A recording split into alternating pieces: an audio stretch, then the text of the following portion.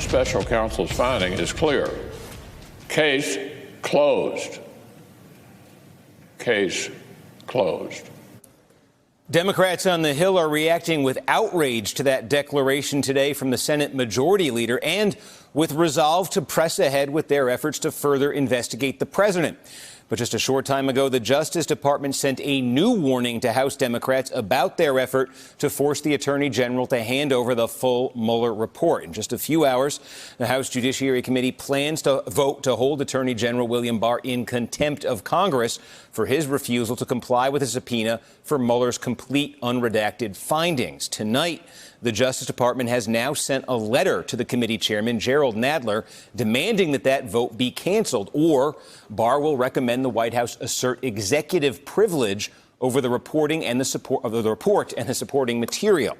A House Judiciary Democratic aide telling NBC News that members are still scheduled to vote on that measure tomorrow morning, and that is just one battle in the administration's war on congressional oversight. Earlier today, the White House ordered former counsel Don McGahn to defy a House Judiciary subpoena for documents related to the Mueller investigation. McGahn, who is cited more than any other witness in the Mueller report, had been ordered by the committee to turn over those materials today. President Trump is also trying to block McGahn from testifying later this month before that same panel. Tonight, Chairman Nadler is now threatening to hold McGahn in contempt if he doesn't appear at a hearing or produce those documents. With us for more, Shannon Pettypiece, White House correspondent for Bloomberg, and Josh Gerstein, senior legal affairs contributor for Politico. Thanks to both of you for being with us. Shannon, this has, as we just said, escalated within the last hour. So now the Department of Justice is telling Jerry Nadler's Judiciary Committee that if they go forward with this contempt vote, that the White House is just going to start, the Attorney General, I should say, will recommend to the White House that they just start asserting executive privilege on what? On everything the Judiciary is asking for? Well, and it seems like the White House was going in that direction anyway. There has been this dance going back and forth, and part of what we're seeing here is the White House and the Justice Department trying to slow that dance down, sort of trying to run out the clock, trying to drag things out, and the congressional committees trying to speed it up, speed it up, speed it up. The White House wants to get in sort of a back and forth negotiation here, and the committees want to move things as quickly as possible. For example, with this Don McGahn subpoena, the White House didn't all out say, no, McGahn is not turning over these documents. They said, well, actually, these documents reside with the White House. Don McGahn has them, but he is not authorized to give them. You need to reissue your subpoena to the White House. The DOJ in this letter is making this argument about an accommodation process. They want to, sort of get into the details of who can see it and who can't see it, rather than giving any sort of hard and fast definitive answer. So their end, it's all about running out the clock here. Yeah. So Josh, what is likely to happen right now with this pending vote? Apparently, the Judiciary Committee still planning to go forward with it. If they do, what would that mean?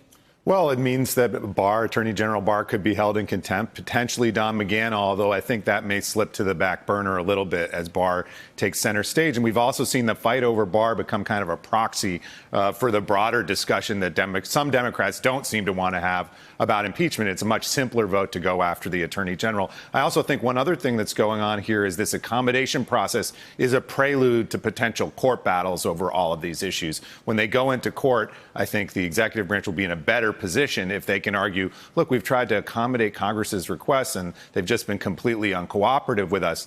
On the other hand, you have the president, every time he gets in front of a camera, sort of drawing a red line and saying, it's over, we're not going to do this anymore. And that argument won't go down as well in court. Let me ask you about the timeline on all of this, too, though, because Shannon's talking about the idea of running the clock. Democrats are accusing the White House of saying, look, they're just trying to get past the 2020 election without really anything else happening here. If it does turn into the kind of legal battle you're describing, is that something that's going to take months, weeks, years? How long do you think that would take to sort out? It would take at least months, and it could potentially take years. Now, if it's a total standoff and both sides won't negotiate at all, maybe it could be resolved before the 2020 election. But if they really get into a protracted back and forth, it could go on a long, long time. You know, the last attorney general who went through this was Eric Holder, and that court battle, which began about 5 years ago, is still pending today. It's still pending in front of the courts. Both sides have kind of switched positions in that case. But that gives you a sense of these things can actually move at a really glacial pace